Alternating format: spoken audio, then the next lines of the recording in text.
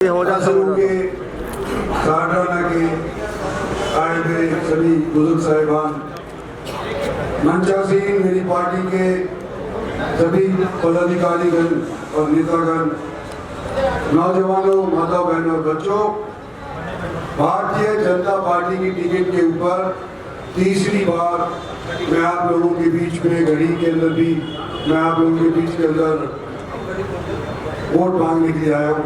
पीछे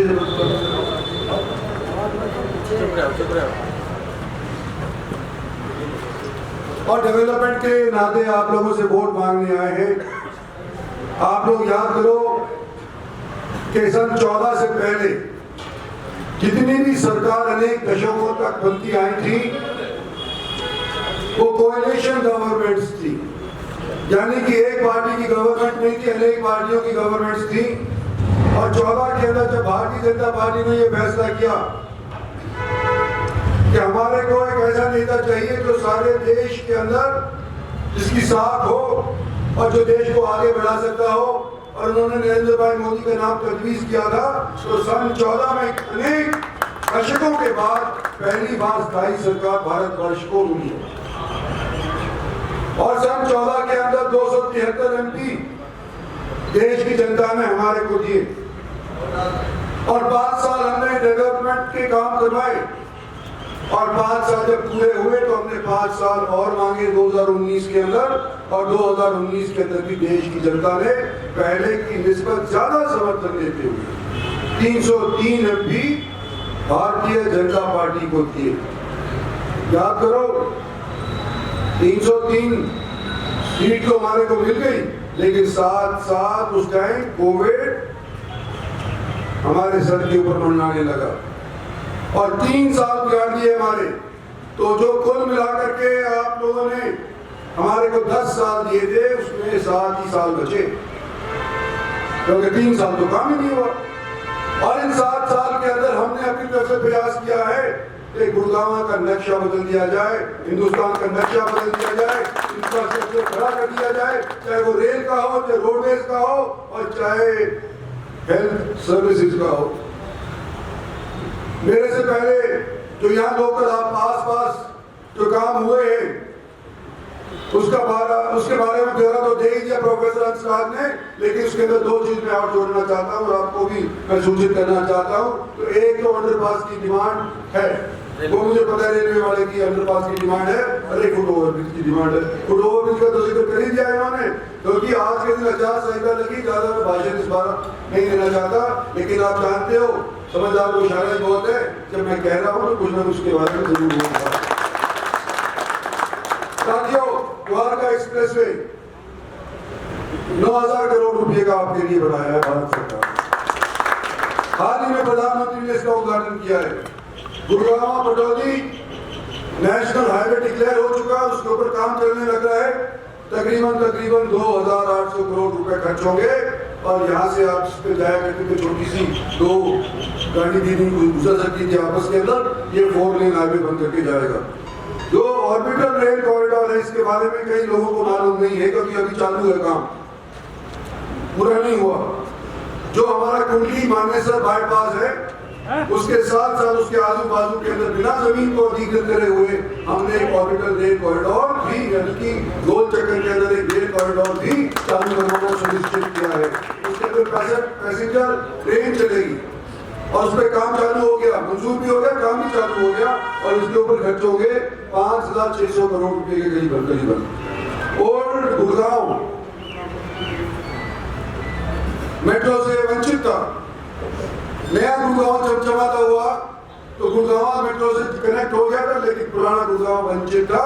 प्रधानमंत्री ने जब हमारा एम्स का शिलान्यास रखा था गुड़गांव के अंदर, तो 5,400 रुपए का ओल्ड गुड़गांव को मेट्रो की कनेक्शन के वास्ते भी उन्होंने पत्र रख दिया था, ये भी आपको मालूम है। एम्स रिवाड़ी का मैंने जिक्र कर दिया। यहाँ एम्स के अंदर चाहे गुड़गांव के अंदर रहने वाले, यहाँ पर कहते हैं मेडिकल हब बन गया है। गुड़गांव के अंदर जो बीमार होता है, चाहे वो पाकिस्तान से हो, अफगानिस्तान से हो, मुंबई से हो, कहीं से भी हो, गुड़गांव आते हैं। लेकिन कौन आते हैं? पैसे वाले आते हैं। जिनके पास पैसा होगा वो तो मेडांता में चला जाएगा, फोर्टिस में चला जाएगा, पारस में चला जाएगा, लेकिन जिसके पास पैसे नहीं है उसके लिए इलाज के लिए दिल्ली जाना भी दुर्लभ। एम्स के अंदर, दिल्ली के अंदर मारामारी ऐसी है, मैंने देखी है। कई लोगों को जब मैं दाखिला करवाता हूँ डॉक्टर रात सड़क में पड़े जाते।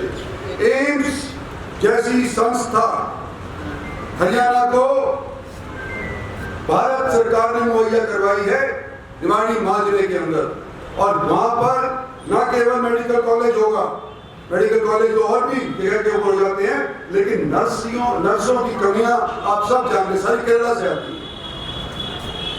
Nursing college, medical college, first class चिकित्सा, ये आज से 2 साल बाद हमारे हरियाणा के अंदर उपलब्ध हो जाएगी आपके बगल वाले जिले के। तो साथियों, जब हम मांग रहे हैं आपसे वोट डेवलपमेंट के नाते से, तो धोखे बात नहीं कर रहे। हम ये कह रहे हैं हमने धरातल पे काम किया है, और अगर हमने काम किया है तो आपके वोट पे हमारा अधिकार है। और मैं आज ये भी कहना चाहता हूं कि मैं पहले सब जानते कि नरेंद्र भाई मोदी का भारतीय जनता पार्टी जब नाम तजवीज किया तो उस टाइम में पार्टी ज्वाइन किया था, उससे नाम तजवीज होने से पहले मैं कांग्रेस में क्या इंसाफ मंच कर दिया था मैंने, और मैंने ये कहा था कि हम हरियाणा को इंसाफ दिलवाएंगे, हरियाणा के उस क्षेत्र को भी इंसाफ दिलवाएंगे जो वंचित रखा गया पिछली सरकारों के माध्यम से। लेकिन जब से नरेंद्र भाई मोदी का नाम तजवीज हुआ तो मैं आप लोगों के सहयोग से उनसे पूछ करके भारतीय जनता पार्टी ज्वाइन कर दिया।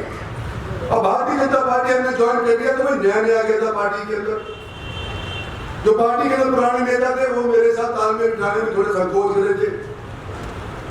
आज के दिन मैं आपको कहने लग रहा हूं कि आज मेरे को 11 साल हो गए पार्टी के अंदर, और तालमेल हमारा सही बैठ गया, फिट बैठ रहा है।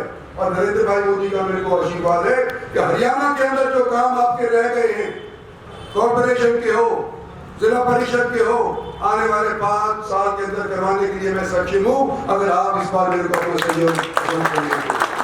तो मैं आज आपके बीच में आकर के आपसे वोट मांग रहा हूं, आपका सहयोग मांग रहा हूं। आज आप मुझे 15 दिन दो, 15 दिन तो रहेगी नहीं मेरे ख्याल से, 10 दिन रहेंगे। आप मुझे 15 दिन की बजाय 10 दिन दे दो, और 25वां दिन सारा दिन, और उसके बाद 5 साल दिन से काम दो, मैं आपके काम करके दिखाऊंगा जिसे करेंगे। तो साथियों, से मैं वोट मांग रहा हूँ, मैं उम्मीद करता हूँ कि वोटिंग परसेंटेज गर्मी की वजह से आपकी डाउन नहीं आएगी। कहते 47, 48 हो सकता है 50 डिग्री टेम्परेचर हो जाए। तो भाई हम तो देश में बसने वाले हैं, एयर कंडीशनिंग में तो 25 तारीख को मौसम ठंडा रहेगा जी। 25 तारीख को मौसम ठंडा रहेगा। अच्छा, ठीक है। अगर ना भी हो, गर्मी भी हो, भाई पसीना बहा लियो 1-2 घंटे के लिए। 5 लाख से जिताऊंगे। तो आप लोगों से निवेदन कर रहा हूँ, आपका अजीज हो, आपका सफल हो, 5 लाख से जिताऊंगे। हैं जी? 5 लाख से जिताऊंगे आपको। 5 लाख से जिताऊंगे। आप अपने यहाँ पर ना पहले 4 लाख 80% से अभाव पोलिंग करवा दी, 5 लाख का अपना जिताऊंगा। धन्यवाद।